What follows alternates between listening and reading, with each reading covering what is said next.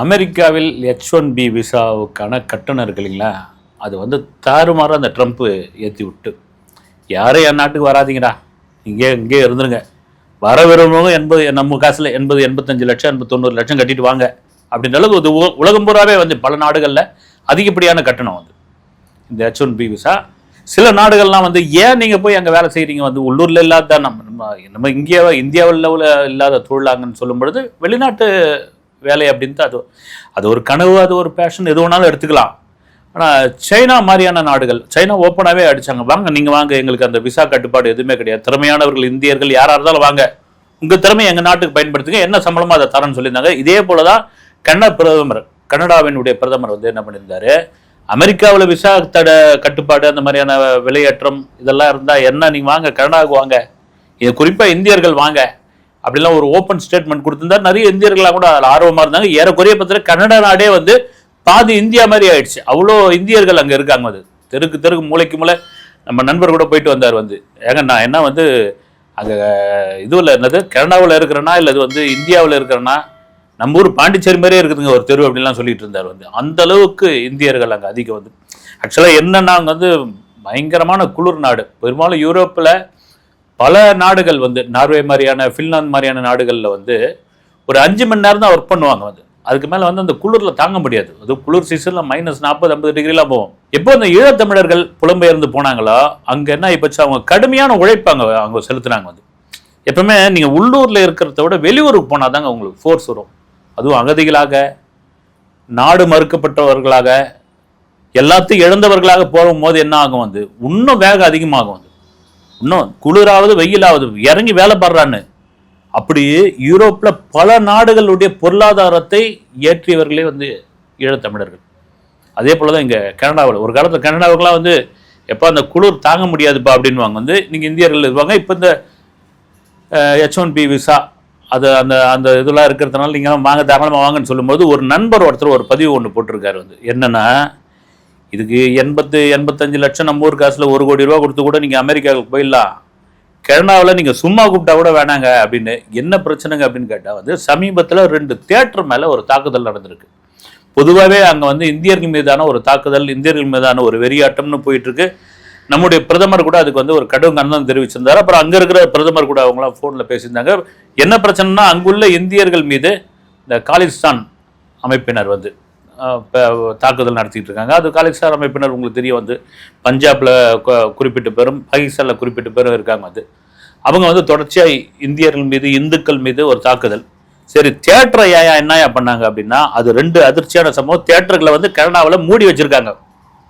நீங்க எப்பவுமே சொல்லுவாங்க வந்து ஜாதி பேத மதம் இல்லாமல் வந்து உட்கார்ந்து பார்க்கக்கூடிய ஒரே இடம் வந்து திரையரங்கு தான். நீங்க மொத்த இடத்துல கூட நீங்க பார்க்கலாம், என்னன்னு கேட்கலாம். இந்த வீடு கேட்கும்போது கூட நீங்க என்ன ஆளுங்க அப்படின்னு கேட்பாங்க வந்து. இதெல்லாம் கூட உண்டு. ஆனால் திரையரங்கில் மட்டும் அப்படி கிடையாது. உங்க பக்கத்துல யாரும் ஒரு சீட்டு கிடைச்சா போதும் வந்து நமக்கு வந்து அட்வான்ஸ் புக்கிங் ரிசர்வேஷன் எல்லாத்துலையும் போய் உட்காந்தா போதுன்ற அளவுக்கு ஆகிடுது. அதுதான் உண்மையான சமத்துவம் அங்கதான் இருக்குது. ஆனால் அங்க வெளிநாட்டில் யாருமே எதிர்பாராத அளவிற்கு வந்து தாக்குதல் நடந்திருக்கு அப்படின்ற ஒரு விஷயம். பொதுவாக தியேட்டர்ல உற்சாகமான ஒரு சில கலாட்டா நடக்கும் வந்து. கலாட்டா மீதி வந்து பார்த்தீங்கன்னா, இந்த அகாண்டான்னு ஒரு படம் ஆஸ்திரேலியாவில் ரொம்ப ஜென்டிலாக படம் பார்ப்பாங்க. அங்கே அடிலைடில் ஒரு தியேட்டரில் அகாண்டா படம் ஓடிட்டு இருந்துருக்குது. கொஞ்சம் சீக்கிரத்தில் அங்கே இருக்கிற நம்ம தெலுங்கு ரசிகர்கள் ஜெய் பாலையா அப்படின்னு குய்யோ முறைன்னு கத்திருக்காங்க. சில ஆஸ்திரேலியன்ஸ் படம் பார்த்துருக்காங்க. அவங்க ரொம்ப வித்தியாசமாக இருந்திருக்குது வந்து. ஏன்னா நீங்கள் அங்கே பார்த்தீங்கன்னா படத்தை கூட பார்த்தீங்கன்னா ஒரு இடம் ஒரு மெல்லிதாக கை தட்டுவாங்க. புன்னகை கூட பார்த்தீங்கன்னா, சிரிப்பு கூட ஆஹான்னு ரொம்ப சத்தம் போட்டு இது பண்ண மாட்டாங்க.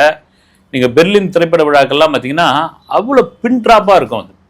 அது ஒரு டீசன்சி. ஆனால் இவங்க பார்த்தோன்னே என்னடா அது, யாரையும் ஜெய் பாலையான்னு கத்துறாங்களேன்னு ஒரு கட்டத்துக்கு அப்புறம் அது இரிட்டேட்டிங் ஆகிட்டுக்குது. அவங்களே ஏதோ தெலுங்கு ஒரு இந்திய படம் பார்க்கணுன்னு வந்திருக்காங்க. ஒரு கட்டத்தில் என்ன தியேட்டருக்கு ஃபோன் பண்ணாமல் போலீஸ்க்கு அடிச்சு விட்டாங்க.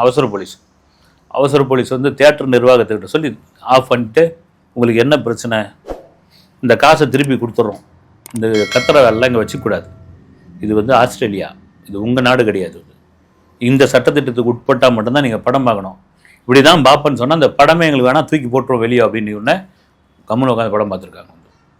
அமெரிக்காவில் கூட பார்த்தீங்கன்னா ஒரு தியேட்டரில் வந்து போட்டு என்ன பண்ணியிருக்காங்க, தேட்டர் உள்ள கவுண்டருக்கு உள்ள நுழையும் போதே இந்த ஸ்பீக்கரில் இவ்வளோ டெசிபாலுக்கு மேலே சவுண்ட் ஏற்ற முடியாது, அது ஒரு பாலையா படம், ஏற்ற முடியாது அப்படின்னு போர்டு வச்சுருக்காங்க. என்னன்னா இந்த ஒன்ஸ் மோர் கேட்கும் பொழுது அவர் வசனம் பேசும்போது நம்ம ஹீரோக்களுக்கு தான், நம்ம ஹீரோக்கள் ஒன்றும் இதுவும் கிடையாது, என்ன பண்ணுவாங்க, சவுண்டை கூட்ட சொல்லுவாங்க. அது ஏத்துறா சவுண்டை ஏத்துறா, இங்கே கத்துவானுங்கல்ல, இங்கெல்லாம் நம்ம காது ஜவ்வுலாம் கிழிஞ்சு மர அளவுக்கு ஹீரோக்களே கத்த ஆரம்பிக்கிறாங்க. ஹோ ஹோன்னு கத்தணும். சமீபத்தில் வந்து படம்லாம் கூட உண்டு உங்களுக்கு, அந்த படத்தை சொல்லவே தேவையில்லை.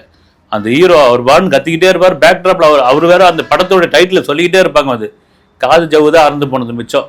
அந்த மாதிரி வந்து நீங்கள் இந்த சவுண்டு ஏற்றுறது, சவுண்டை வந்து அதிகப்படுத்தி இது பண்ணுறது, இந்த வேலையெல்லாம் இங்கே வச்சுக்க முடியாது, இவ்வளோ டெசிபால் வரைக்கும் தான் நாங்கள் வந்து அலோவ் பண்ணுவோம் அப்படின்னு போர்டை வச்சு, இஷ்டம் இருந்தால் டிக்கெட் வாங்க இல்லைனா கிளம்பு இப்படி நடக்கும்.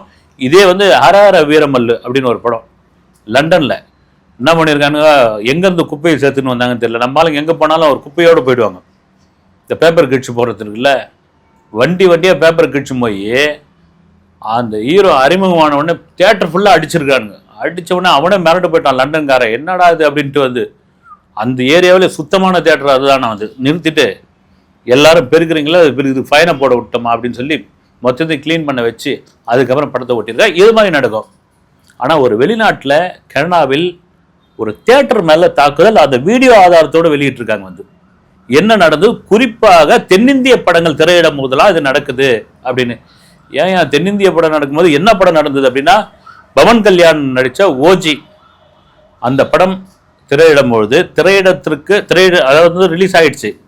அன்னைக்கு மறுநாள் என்ன பண்ணியிருக்கான், ஒருத்தன் கருப்பு கோட்டு போட்டுக்கிட்டு முரட்டு உருவமா, அப்படிதான் அவங்க சொல்றாங்க, வந்து முரட்டு உருவமா ஒரு கார்ல வந்து நின்ன ஆளு அந்த தியேட்டர் வெளியே நின்று, அதாவது ஒரு 2:15 3 மணி, குளிர் வேற இல்லை, அவங்கவுங்க சிசிடிவி கேமராவில் பதிவாயிருக்குது. என்ன பண்ணுறான், அவன் கன்னை எடுத்து சரமாரியா ஷூட் பண்ணுறான். ஒன்றுமேல அதை எடுத்து வச்சுட்டு அப்படி ஒரு லுக்கு விட்டுட்டு கிளம்பி போயிடுறான். அந்த குண்டு பாய்ந்த அந்த பொத்தல்களோடு இருக்கிற அந்த ஜன்னலோடு எடுத்து ஃபோட்டோ எடுத்து போட்டு அதோடு அந்த திரையரங்கு காட்சி ரத்து, அதாவது காலவரையற்ற முறையில் இந்த தியேட்டர் மூடப்படுகிறதுன்னு போட்டாங்க. அது எப்போ ஓப்பன் பண்ண, அதுக்கு என்ன காரணம்னா, எங்களுக்கு தியேட்டரை விட வந்து படம் பார்க்குற பொதுமக்கள் ரொம்ப ரொம்ப முக்கியம் அப்படின்னு. சரி, ஓஜி படத்துக்கும் இந்த ஆளுக்கும் என்ன பிரச்சனை அப்படின்னா, அதை கண்டுபிடிக்கவும் இல்லை போலீஸால். வந்து யார் சுட்டவ, யார் இந்தியனா காலிஸ்தானியா அல்லது கனடாவை சேர்ந்தவனா, என்ன காரணம், பவன் கல்யாண் மேலே உள்ள கோவமா, பவன் கல்யாணுக்கு எதிரான ரசிகரா, இல்லை சவுத் இந்தியன் படமே பிடிக்காதா, யாருன்னு இன்னும் போலீஸ் விசாரணை நடந்துட்டு இருக்கும்போது அங்குள்ள சில ஊடகங்கள் என்ன சொல்லியிருக்காங்கன்னா, இந்த காலிஸ்தான் ஆட்கள் தான் இவங்க இதே வேலை பண்ணிட்டு இருக்காங்க, கண்ட மேனிக்கு வந்து அக்கிரமம் பண்ணுறாங்க, இந்த அக்கிரமத்தை கேட்கறதுக்கு ஆள் இல்லையா, அதுவும் குறிப்பாக இந்தியர்கள் மீதான தாக்குதல் ரொம்ப ஓவராக போயிட்டு இருக்குது. இப்போ இந்திய திரைப்படங்கள் திரையிட்டாங்க வந்து அது என்ன படம், அதுவும் சவுத் இந்திய படங்கள் அப்படின்னு. இது முடிஞ்சு ஓஞ்சி பண்ண உடனே இப்போ காந்தாரா அடிச்சு பிச்சு இப்போ பொழந்து கட்டிக்கிட்டு ஓடிக்கிட்டு இருக்கு. இன்னும் கேட்டால் நம்ம இந்தியாவை தாண்டி ஓவர்சீஸில் தான் அந்த படம் கல்லா கட்டிக்கிட்டு இருக்கு.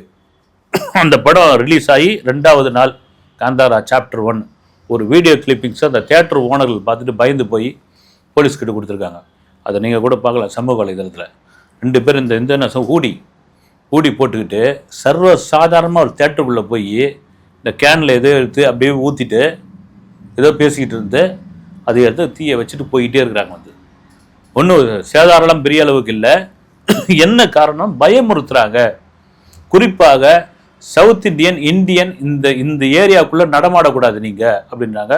இதுக்கு பல பேர் இந்தியர்கள் போய் கனடா அரசிடம் முறையிட்டு இருக்காங்க. வந்து தொடர்ச்சி அவங்க நாட்டில் இருக்கணுமா இல்லையா, பாதுகாப்பு பெரிய பிரச்சனையாக இருக்குது. தியேட்ரு, அதாவது வந்து ஆலயம், சர்ச்சு, மசூதி, இங்கெல்லாம் வந்து பொதுவான இடம், வழிபாட்டு தலங்கள்லாம் பொதுவான இடம், இங்கெல்லாம் மக்களால் வர முடியலன்னா அர்த்தம். அதுவும் குறிப்பாக என்னையா உங்களுக்கு சவுத் இந்தியன் ஃபிலிம் மேலே என்ன அப்படின்னு அதுக்கு ஒரு விசாரணை கமிட்டியே போட்டிருக்காங்க. நீங்கள் பாருங்கள், நார்த்து படம் கூட ஓடுது, வந்து ஹிந்தி படம் ஓடுது, மராட்டி படம் ஓடுது.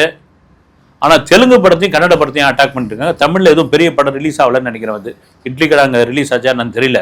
இதை தாண்டி ஒரு விசாரணை நடந்துட்டு இருக்கும்போது என்ன காரணம் அப்படின்னு இது உண்மையிலே பெரும் பிரச்சனையாக இருக்குது. இது கன்னட பிரதமர் என்ன கடும் கண்டனத்தை தெரிவிச்சிருக்காரு. இதை வளர விட்டோம்னா அதிகமாயிடும் அப்படின்னு. உண்மையான காரணம் என்ன, இது உண்மையாக பயமுறுத்துறாங்களா இல்லை இந்தியர்கள்லேருந்து கிளம்புன்றாங்களா, இங்கே பிரச்சனை பண்ணுன்றாங்களா, இல்லை சவுத் இந்தியன் படம் இங்கே ஓடக்கூடாதுன்றாங்களா? ஏன்னா இங்கே போடுற படத்தையே ஓட மாட்டேங்குது, இங்கே நம்ம பிடிச்சி ஓட்ட வேண்டியதாக இருக்குது. தியேட்டர் கூப்பிட்றதே பெரிய விஷயமா இருக்குது. அவன் வந்து ஓவர்சீஸில் வெளிநாட்டில் அவனா தியேட்டருக்கு வரான், அதை கூட கெடுத்து விட்றாங்க. அந்த தியேட்டர் என்ன பண்ணிட்டாங்க, கால வரையற்று மூடப்படுகிறதுன்னு போட்டாங்க. அது எவ்வளோ பெரிய விஷயம். இதனுடைய மர்மம் என்ன, இதற்குள்ளே யார் இருக்காங்க, இவங்களுக்கு என்னதான் பிரச்சனை என்பது இனி விசாரணைக்குள் வரும்பொழுது தான் தெரிய வரும். அடுத்த வீடியோவில் சந்திக்கிறேன். நன்றி.